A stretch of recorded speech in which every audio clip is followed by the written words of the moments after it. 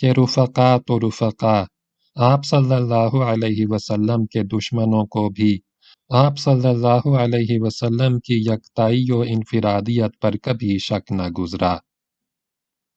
آپ صلی اللہ علیہ وسلم کی زبان سے جو بات نکل گئی، دشمنوں کو بھی یقین ہو گیا کہ وہ سچی ہے اور ہو کر رہے گی۔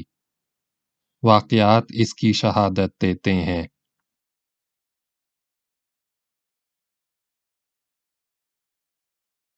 ایک بار قریش کے ایسے 3 آدمی اکٹھے ہوئے جن میں سے ہر ایک نے اپنے بقیہ 2 ساتھیوں سے چھپ چھپا کر تنے تنہا قرآن مجید سنا تھا، لیکن بعد میں ہر ایک کا راز دوسرے پر فاش ہو گیا تھا۔ انہی تینوں میں سے ایک ابو جہل بھی تھا۔ تینوں اکٹھے ہوئے تو ایک نے ابو جہل سے دریافت کیا کہ بتاؤ تم نے جو کچھ محمد صلی اللہ علیہ وسلم سے سنا ہے، اس کے بارے میں تمہاری رائے کیا ہے؟ ابو جہل نے کہا، میں نے کیا سنا ہے؟ بات اصل یہ ہے کہ ہم نے اور بنو عبد مناف نے شرف و عظمت میں ایک دوسرے کا مقابلہ کیا۔ انہوں نے غرباء و مساکین کو کھلایا تو ہم نے بھی کھلایا، انہوں نے داد دہش میں سواریاں عطا کیں تو ہم نے بھی عطا کیں، انہوں نے لوگوں کو عطیات سے نوازا تو ہم نے بھی ایسا کیا، یہاں تک کہ جب ہم اور وہ گھٹنوں گھٹنوں ایک دوسرے کے ہم پلہ ہو گئے اور ہماری اور ان کی حیثیت ریس کے 2 مد مقابل گھوڑوں کی ہو گئی، تو اب بنو عبد مناف کہتے ہیں کہ ہمارے اندر ایک نبی ہے جس کے پاس آسمان سے وحی آتی ہے، بھلا بتائیے ہم اسے کب پا سکتے ہیں؟ خدا کی قسم ہم اس شخص پر کبھی ایمان نہ لائیں گے اور اس کی ہرگز تصدیق نہ کریں گے۔ چنانچہ ابو جہل کہا کرتا تھا، اے محمد، ہم تمہیں جھوٹا نہیں کہتے، لیکن تم جو کچھ لے کر آئے ہو اس کی تکذیب کرتے ہیں۔ اسی بارے میں اللہ تعالیٰ نے یہ آیت نازل فرمائی، فَإِنَّهُمْ لَا يُكَذِّبُونَكَ وَلَكِنَّ الظَّالِمِينَ بِآيَاتِ اللَّهِ يَجْحَدُونَ، یعنی یہ لوگ آپ کو نہیں جھٹلاتے بلکہ یہ ظالم اللہ کی آیتوں کا انکار کرتے ہیں۔ سورہ الانعام آیت نمبر 33۔ اس واقعے کی تفصیل گزر چکی ہے کہ ایک روز کفار نے نبی صلی اللہ علیہ وسلم کو 3 بار لعن طعن کی اور تیسری دفعہ میں آپ صلی اللہ علیہ وسلم نے فرمایا کہ اے قریش کی جماعت، میں تمہارے پاس ذبح کا حکم لے کر آیا ہوں۔ تو یہ بات ان پر اس طرح اثر کر گئی کہ جو شخص عداوت میں سب سے بڑھ کر تھا، وہ بھی بہتر سے بہتر جو جملہ پا سکتا تھا، اس کے ذریعے آپ صلی اللہ علیہ وسلم کو راضی کرنے کی کوشش میں لگ گیا۔ اسی طرح اس کی بھی تفصیل گزر چکی ہے کہ جب حالت سجدہ میں آپ صلی اللہ علیہ وسلم پر اوجڑی ڈالی گئی اور آپ صلی اللہ علیہ وسلم نے سر اٹھانے کے بعد اس حرکت کے کرنے والوں پر بد دعا کی تو ان کی ہنسی ہوا ہو گئی اور ان کے اندر غم و قلق کی لہر دوڑ گئی، انہیں یقین ہو گیا کہ اب ہم بچ نہیں سکتے۔ یہ واقعہ بھی بیان کیا جا چکا ہے کہ آپ صلی اللہ علیہ وسلم نے ابو لہب کے بیٹے عتیبہ پر بد دعا کی تو اسے یقین ہو گیا کہ وہ آپ صلی اللہ علیہ وسلم کی بد دعا کی زد سے بچ نہیں سکتا، چنانچہ اس نے ملک شام کے سفر میں شیر کو دیکھتے ہی کہا، واللہ محمد نے مکہ میں رہتے ہوئے مجھے قتل کر دیا۔ ابی بن خلف کا واقعہ ہے کہ وہ بار بار آپ صلی اللہ علیہ وسلم کو قتل کی دھمکیاں دیا کرتا تھا۔ ایک بار آپ صلی اللہ علیہ وسلم نے جواباً فرمایا کہ تم نہیں بلکہ میں تمہیں قتل کروں گا انشاءاللہ۔ اس کے بعد جب آپ صلی اللہ علیہ وسلم نے جنگ احد کے روز ابی کی گردن پر نیزہ مارا تو اگرچہ اس سے معمولی خراش آئی تھی، لیکن ابھی برابر یہی کہے جا رہا تھا کہ محمد صلی اللہ علیہ وسلم نے مجھ سے مکہ میں کہا تھا کہ میں تمہیں قتل کروں گا، اس لیے اگر وہ مجھ پر تھوک ہی دیتا تو بھی میری جان نکل جاتی۔ تفصیل آگے آ رہی ہے۔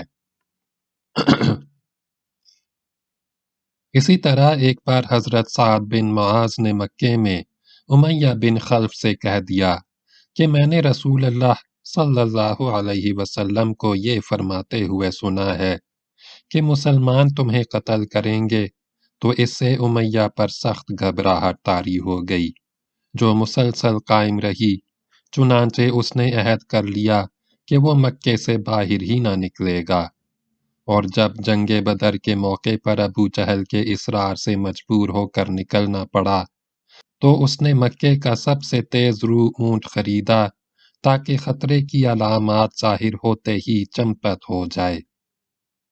ادھر جنگ میں جانے پر آمادہ دیکھ کر اس کی بیوی نے بھی ٹوکا کہ ابو صفوان، آپ کے یثربی بھائی نے جو کچھ کہا تھا اسے آپ بھول گئے؟ ابو صفوان نے جواب میں کہا کہ نہیں، بلکہ میں خدا کی قسم ان کے ساتھ تھوڑی ہی دور جاؤں گا۔ یہ تو آپ صلی اللہ علیہ وسلم کے دشمنوں کا حال تھا۔ باقی رہے آپ صلی اللہ علیہ وسلم کے صحابہ اور رفقا، تو آپ صلی اللہ علیہ وسلم تو ان کے لیے دیدہ و دل اور جان و روح کی حیثیت رکھتے تھے۔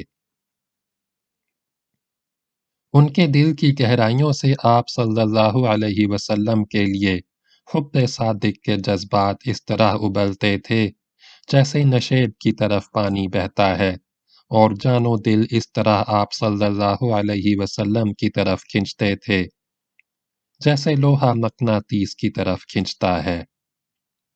اس محبت و فداکاری اور جان نثاری و جاں سپاری کا نتیجہ یہ تھا کہ صحابہ کرام کو یہ گوارا نہ تھا کہ آپ صلی اللہ علیہ وسلم کے ناخن میں خراش تک آ جائے، یا آپ صلی اللہ علیہ وسلم کے پاؤں میں کانٹا ہی چبھ جائے، خواہ اس کے لیے ان کی گردنیں ہی کیوں نہ کوٹ دی جائیں۔ ایک روز ابو بکر صدیق رضی اللہ عنہ کو بری طرح کچل دیا گیا اور انہیں سخت مار ماری گئی۔ عتبہ بن ربیعہ ان کے قریب آ کر انہیں دو پیوند لگے ہوئے جوتوں سے مارنے لگا، چہرے کو خصوصیت سے نشانہ بنایا، پھر پیٹ پر چڑھ گیا۔ کیفیت یہ تھی کہ چہرے اور ناک کا پتہ نہیں چل رہا تھا۔ پھر ان کے قبیلہ بنو تیم کے لوگ انہیں ایک کپڑے میں لپیٹ کر گھر لے گئے۔ انہیں یقین تھا کہ اب یہ زندہ نہ بچیں گے، لیکن دن کے خاتمے کے قریب ان کی زبان کھل گئی، اور زبان کھلی تو یہ بولے کہ رسول اللہ صلی اللہ علیہ وسلم کیا ہوئے؟ اس پر بنو تیم نے انہیں سخت سست کہا، ملامت کی، اور ان کی ماں ام الخیر سے یہ کہہ کر اٹھ کھڑے ہوئے کہ انہیں کچھ کھلا پلا دینا۔ جب وہ تنہا رہ گئیں تو انہوں نے ابو بکر صدیق رضی اللہ عنہ سے کھانے پینے کے لیے اصرار کیا، لیکن ابو بکر رضی اللہ عنہ یہی کہتے رہے کہ رسول اللہ صلی اللہ علیہ وسلم کا کیا ہوا؟ آخر کار ام الخیر نے کہا، مجھے تمہارے ساتھی کا حال معلوم نہیں۔ ابو بکر رضی اللہ عنہ نے کہا، جمیل بنت خطاب کے پاس جاؤ اور اس سے دریافت کرو۔ وہ جمیل کے پاس گئیں اور بولیں، ابو بکر تم سے محمد بن عبداللہ کے بارے میں دریافت کر رہے ہیں۔ جمیل نے کہا، میں نہ ابو بکر کو جانتی ہوں نہ محمد بن عبداللہ کو، البتہ اگر تم چاہو تو میں تمہارے ساتھ تمہارے صاحبزادے کے پاس چل سکتی ہوں۔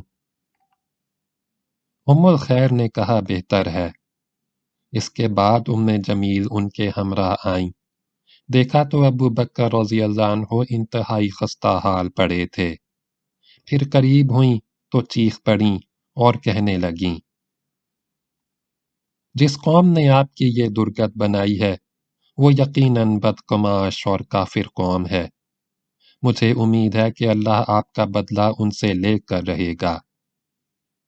ابو بکر رضی اللہ عنہ نے پوچھا، رسول اللہ صلی اللہ علیہ وسلم کیا ہوئے؟ انہوں نے کہا، یہ آپ کی ماں سن رہی ہیں۔ کہا، کوئی بات نہیں۔ بولیں، آپ صحیح سالم ہیں۔ پوچھا، کہاں ہیں؟ کہا، ابن ارقم کے گھر میں ہے۔ ابو بکر رضی اللہ عنہ نے فرمایا، اچھا تو پھر اللہ کے لیے مجھ پر عہد ہے کہ میں نہ کوئی کھانا کھاؤں گا نہ پانی پیوں گا یہاں تک کہ رسول اللہ صلی اللہ علیہ وسلم کی خدمت میں حاضر ہو جاؤں۔ اس کے بعد ام الخیر اور ام جمیل رکی رہیں۔ جب آمد و رفت بند ہو گئی اور سناٹا چھا گیا تو یہ دونوں ابو بکر رضی اللہ عنہ کو لے کر نکلیں۔ وہ ان پر ٹیک لگائے ہوئے تھے اور اس طرح انہوں نے ابو بکر رضی اللہ عنہ کو رسول اللہ صلی اللہ علیہ وسلم کی خدمت میں پہنچا دیا۔ محبت و جاں سپاری کے کچھ اور بھی نادر واقعات ہم اپنی اس کتاب میں موقع بموقع نقل کریں گے، خصوصاً جنگ احد کے واقعات اور حضرت خبیب رضی اللہ عنہ کے حالات کے ضمن میں۔ احساس ذمہ داری۔ صحابہ کرام جانتے تھے کہ یہ مشت خاک جسے انسان کہا جاتا ہے، اس پر کتنی بھاری بھرکم اور زبردست ذمہ داریاں ہیں، اور یہ کہ ان ذمہ داریوں سے کسی صورت میں گریز اور پہلو تہی نہیں کی جا سکتی، کیونکہ اس گریز کے جو نتائج ہوں گے وہ موجودہ ظلم و ستم سے زیادہ خوفناک اور ہلاکت آفریں ہوں گے، اور اس گریز کے بعد خود ان کو اور ساری انسانیت کو جو خسارہ لاحق ہوگا وہ اس قدر شدید ہوگا کہ اس ذمہ داری کے نتیجے میں پیش آنے والی مشکلات اس خسارے کے مقابل کوئی حیثیت نہیں رکھتیں۔ آخرت پر ایمان، جو مذکورہ احساس ذمہ داری کی تقویت کا باعث تھا، صحابہ کرام رضی اللہ عنہم اجمعین اس بات پر غیر متزلزل یقین رکھتے تھے کہ انہیں رب العالمین کے سامنے کھڑے ہونا ہے، پھر ان کے چھوٹے بڑے اور معمولی و غیر معمولی ہر طرح کے اعمال کا حساب لیا جائے گا۔ اس کے بعد یا تو نعمتوں بھری دائمی جنت ہوگی یا عذاب سے بھڑکتی ہوئی جہنم۔ اس یقین کا نتیجہ یہ تھا کہ صحابہ کرام رضی اللہ عنہم اجمعین اپنی زندگی امید و بیم کی حالت میں گزارتے تھے، یعنی اپنے پروردگار کی رحمت کی امید رکھتے تھے اور اس کے عذاب کا خوف بھی، اور ان کی کیفیت وہی رہتی تھی جو اس آیت میں بیان کی گئی ہے کہ وَالَّذِينَ يُؤْتُونَ مَا آتُوا وَقُلُوبُهُمْ وَجِلَةٌ أَنَّهُمْ إِلَىٰ رَبِّهِمْ رَاجِعُونَ، یعنی وہ جو کچھ کرتے ہیں دل کے اس خوف کے ساتھ کرتے ہیں کہ انہیں اپنے رب کے پاس پلٹ کر جانا ہے۔ سورہ المؤمن آیت نمبر 60۔ انہیں اس کا بھی یقین تھا کہ دنیا اپنی ساری نعمتوں اور مصیبتوں سمیت آخرت کے مقابل مچھر کے ایک پر کے برابر بھی نہیں، اور یہ یقین اتنا پختہ تھا کہ اس کے سامنے دنیا کی ساری مشکلات، مشقتیں اور تلخیاں ہیچ تھیں۔ اس لیے وہ ان مشکلات اور تلخیوں کو کوئی حیثیت نہیں دیتے تھے۔ انہی پرخطر، مشکل ترین اور تیرہ و تار حالات میں ایسی صورتیں اور آیتیں بھی نازل ہو رہی تھیں جن میں بڑے ٹھوس اور پرکشش انداز سے اسلام کے بنیادی اصولوں پر دلائل و براہین قائم کیے گئے تھے، اور اس وقت اسلام کی دعوت انہی اصولوں کے گرد گردش کر رہی تھیں۔ ان آیتوں میں اہل اسلام کو ایسی بنیادی امور بتلائے جا رہے تھے جن پر اللہ تعالیٰ نے عالم انسانیت کے سب سے باعظمت اور پر رونق معاشرے یعنی اسلامی معاشرے کی تعمیر و تشکیل مقدر کر رکھی تھی۔ نیز ان آیات میں مسلمانوں کے جذبات و احساسات کو پامردی و ثابت قدمی پر ابھارا جا رہا تھا۔ اس کے لیے مثالیں دی جا رہی تھیں اور اس کی حکمتیں بیان کی جاتی تھیں۔ ام حسبتم ان تدخلوا الجنة ولما يأتكم مثل الذين خلوا من قبلكم مستهم البأساء والضراء وزلزلوا حتى يقول الرسول والذين آمنوا معه متى نصر الله ألا إن نصر الله قریب، یعنی تم سمجھتے ہو کہ جنت میں چلے جاؤ گے، حالانکہ تم پر ان لوگوں جیسی حالت نہیں آئی جو تم سے پہلے گزر چکے ہیں۔ وہ سختیوں اور بدحالیوں سے دوچار ہوئے اور انہیں جھنجھوڑ دیا گیا، یہاں تک کہ رسول اور جو لوگ ان پر ایمان لائے تھے بول اٹھے کہ اللہ کی مدد کب آئے گی۔ سنو، اللہ کی مدد قریب ہی ہے۔ سورہ البقرہ آیت نمبر 214۔ الف لام میم احسب الناس ان يتركوا ان يقولوا آمنا وهم لا يفتنون وَلَقَدْ فَتَنَّا الَّذِينَ مِنْ قَبْلِهِمْ فَلَيَعْلَمَنَّ اللَّهُ الَّذِينَ صَدَقُوا وَلَيَعْلَمَنَّ الْكَاذِبِينَ، یعنی الف لام میم۔ کیا لوگوں نے یہ سمجھ رکھا ہے کہ انہیں یہ کہنے پر چھوڑ دیا جائے گا کہ ہم ایمان لائے اور ان کی آزمائش نہیں کی جائے گی، حالانکہ ان سے پہلے جو لوگ تھے ہم نے ان کی آزمائش کی، لہٰذا ان کے بارے میں بھی اللہ یہ ضرور معلوم کرے گا کہ کن لوگوں نے سچ کہا، اور یہ بھی ضرور معلوم کرے گا کہ کون لوگ جھوٹے ہیں۔ سورہ العنکبوت آیت نمبر 1-3۔ اور انہی کے پہلو بپہلو ایسی آیات کا نزول بھی ہو رہا تھا جن میں کفار و معاندین کے اعتراضات کے دندان شکن جواب دیے گئے تھے۔ ان کے لیے کوئی ہیلا باقی نہیں چھوڑا گیا تھا، اور انہیں بڑے واضح اور دو ٹوک الفاظ میں بتلا دیا گیا تھا کہ اگر وہ اپنی گمراہی اور عناد پر مصر رہے تو اس کے نتائج کس قدر سنگین ہوں گے۔ اس کی دلیل میں گزشتہ قوموں کے ایسے واقعات اور تاریخی شواہد پیش کیے گئے تھے جن سے واضح ہوتا تھا کہ اللہ کی سنت اپنے اولیاء اور اعداء کے بارے میں کیا ہے۔ پھر اس ڈراوے کے پہلو بپہلو لطف و کرم کی باتیں بھی کہی جا رہی تھیں، اور افہام و تفہیم اور ارشاد و رہنمائی کا حق بھی ادا کیا جا رہا تھا تاکہ باز آنے والے اپنی کھلی گمراہی سے باز آ سکیں۔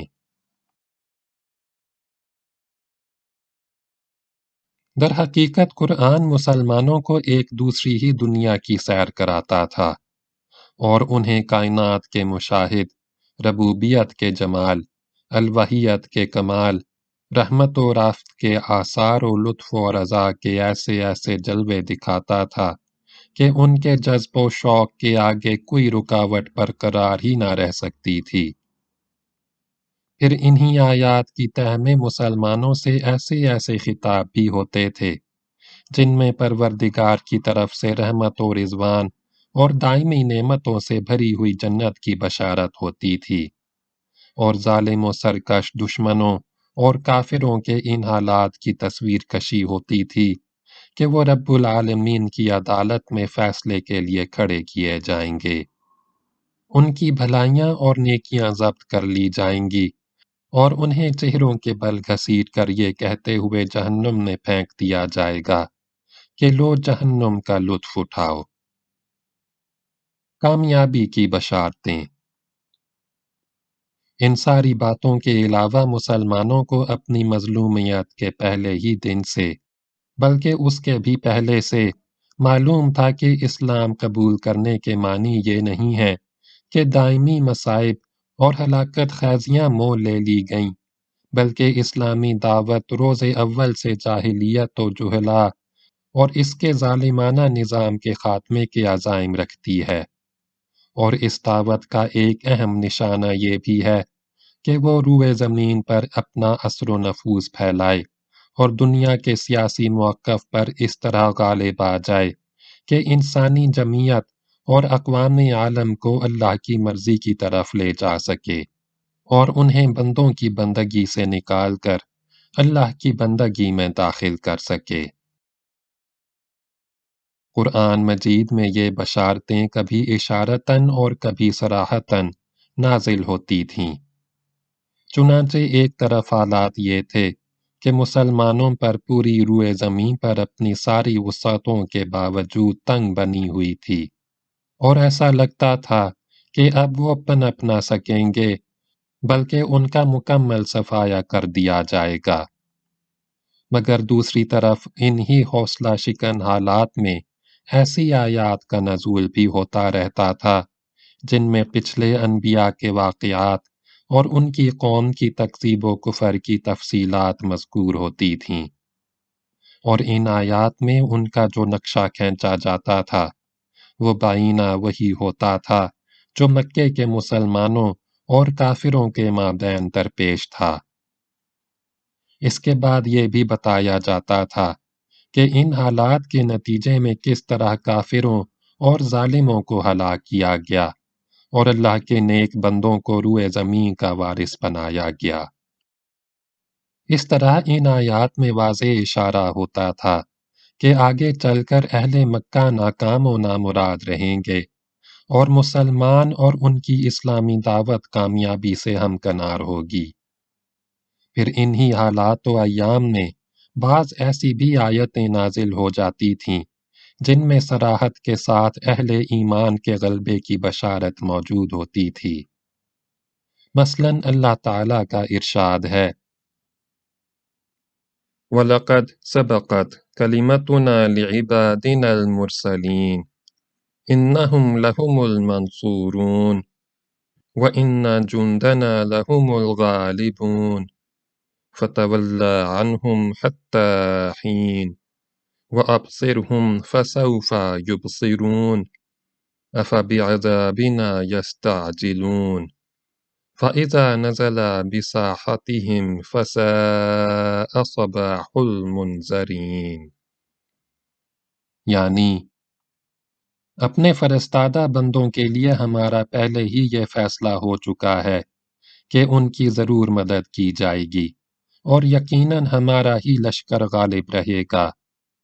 پس اے نبی، ایک وقت تک کے لیے تم ان سے رخ پھیر لو اور انہیں دیکھتے رہو، ان قریب یہ خود بھی دیکھ لیں گے۔ کیا یہ ہمارے عذاب کے لیے جلدی مچا رہے ہیں؟ تو جب وہ ان کے صحن میں اتر پڑے گا تو ڈرائے گا، لوگوں کی صبح پوری ہو جائے گی۔ سورہ الصافات آیات 171 تا 177۔ نیز ارشاد ہے، سَيُہْزَمُ الْجَمْعُ وَيَوَلَّوْنَ الدُّبُرَ، یعنی ان قریب اس جمعیت کو شکست دے دی جائے گی اور یہ لوگ پیٹھ پھیر کر بھاگیں گے۔ سورہ القمر آیت نمبر 45۔ جُنْدٌ مَّا هُنَالِكَ مَهْزُومٌ مِّنَ الْأَحْزَابِ، یعنی یہ جتھوں میں سے ایک معمولی سا جتھا ہے جسے یہیں شکست دی جائے گی۔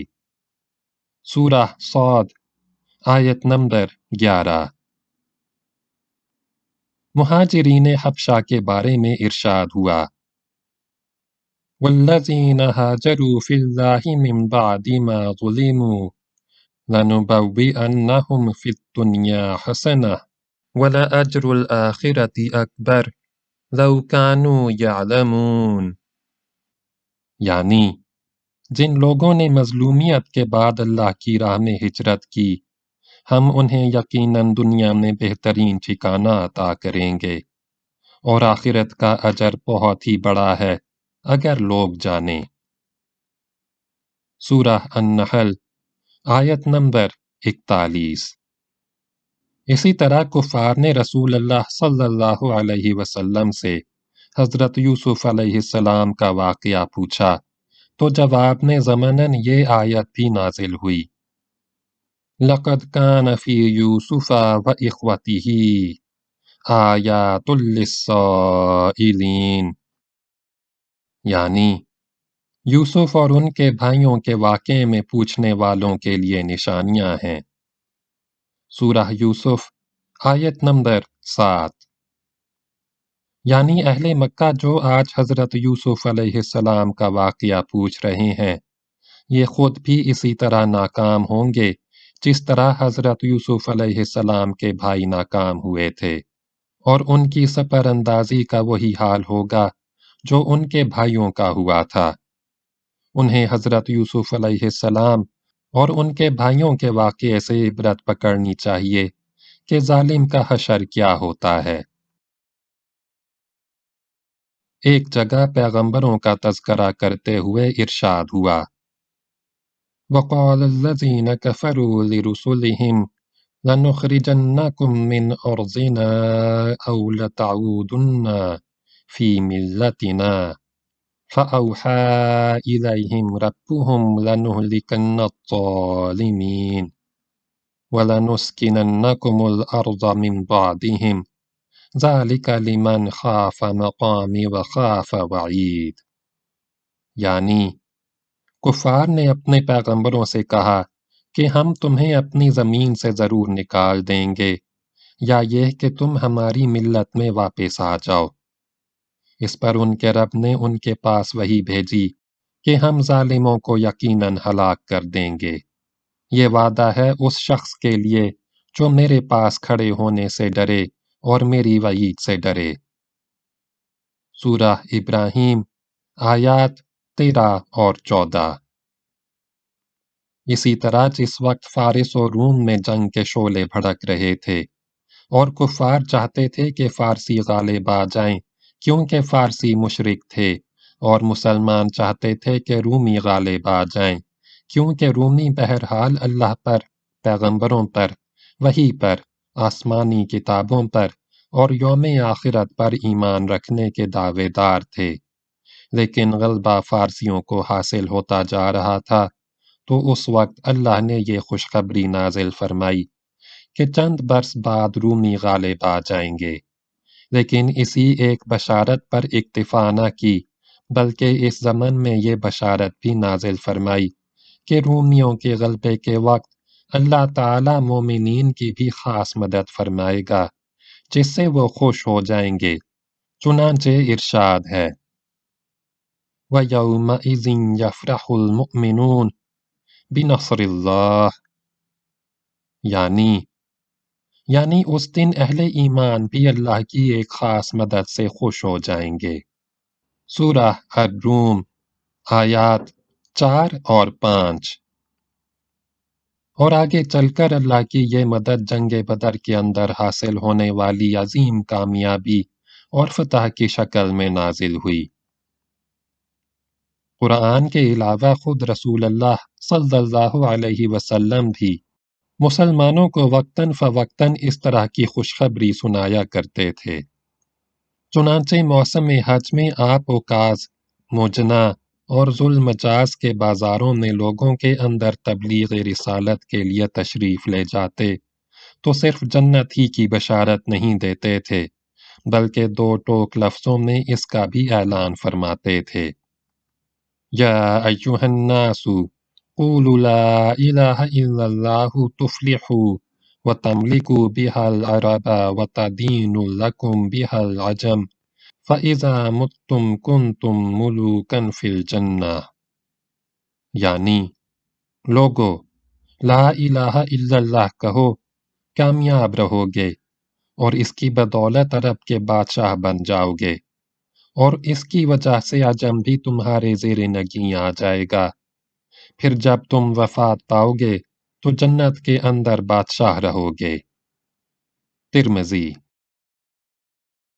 یہ واقعہ پچھلے صفحات میں گزر چکا ہے کہ جب عتبہ بن ربیعہ نے آپ صلی اللہ علیہ وسلم کو متاع دنیا کی پیشکش کر کے سودے بازی کرنی چاہی اور آپ صلی اللہ علیہ وسلم نے جواب میں حامیم تنزیل السجدہ کی آیات پڑھ کر سنائیں تو عتبہ کو یہ توقع بند گئی کہ انجام کار آپ صلی اللہ علیہ وسلم غالب رہیں گے۔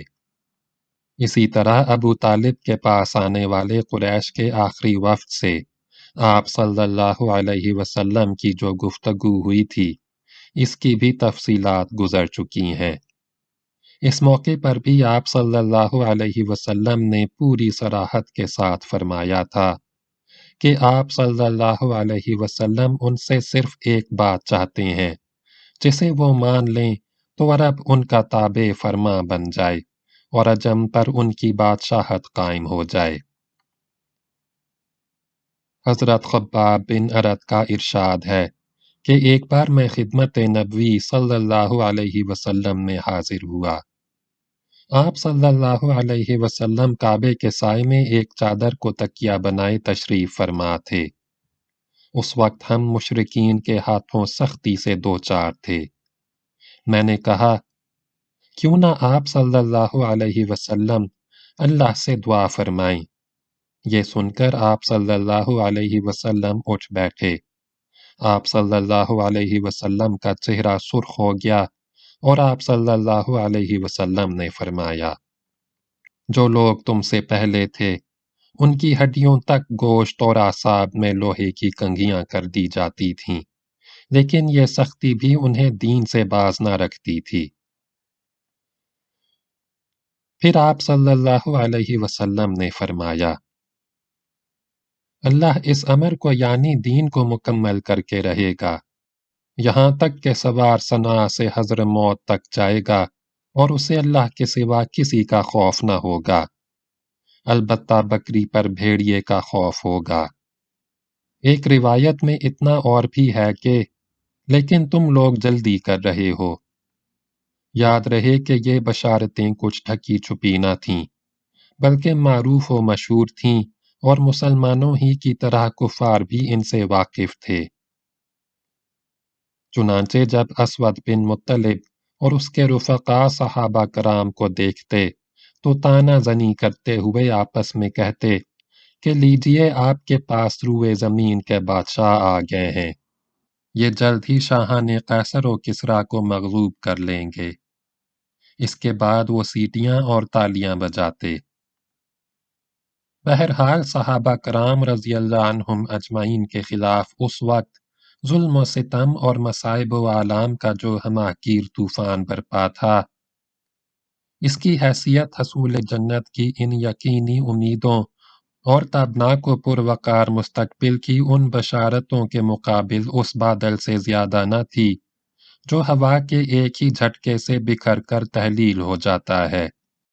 علاوہ ازیں رسول اللہ صلی اللہ علیہ وسلم اہل ایمان کو ایمانی مرغوبات کے ذریعے مسلسل روحانی غذا فراہم کر رہے تھے، تعلیم کتاب و حکمت کے ذریعے ان کے نفوس کا تزکیہ فرما رہے تھے، نہایت تحقیق اور گہری تربیت دے رہے تھے اور روح کی بلندی، قلب کی صفائی، اخلاق کی پاکیزگی، مادیات کے غلبے سے آزادی، شہوات کی مقاومت اور رب السماوات والارض کی کشش کے مقامات کی جانب ان کے نفوس قدسیہ کی حدیث خوانی فرما رہے تھے۔ آپ صلی اللہ علیہ وسلم ان کے دلوں کی بجھتی ہوئی چنگاری کو بھڑکتے ہوئے شعلوں میں تبدیل کر دیتے تھے اور انہیں تاریکیوں سے نکال کر نورزار ہدایت میں پہنچا رہے تھے، انہیں اذیتوں پر صبر کی تلقین فرماتے تھے اور شریفانہ درگزر اور ضبط نفس کی ہدایت دیتے تھے۔ اس کا نتیجہ یہ تھا کہ ان کی دینی پختگی فزوں تر ہوتی گئی اور وہ شہوات سے کنارہ کشی، رضائے الہی کی راہ میں جاں سپاری، جنت کے شوق، علم کی حرص، دین کی سمجھ، نفس کے محاسبے، جذبات کو دبانے، رجحانات کو موڑنے، ہیجانات کی لہروں پر قابو پانے اور صبر و سکون اور عز و وقار کی پابندی کرنے میں انسانیت کا نادرہ روزگار نمونہ بن گئے۔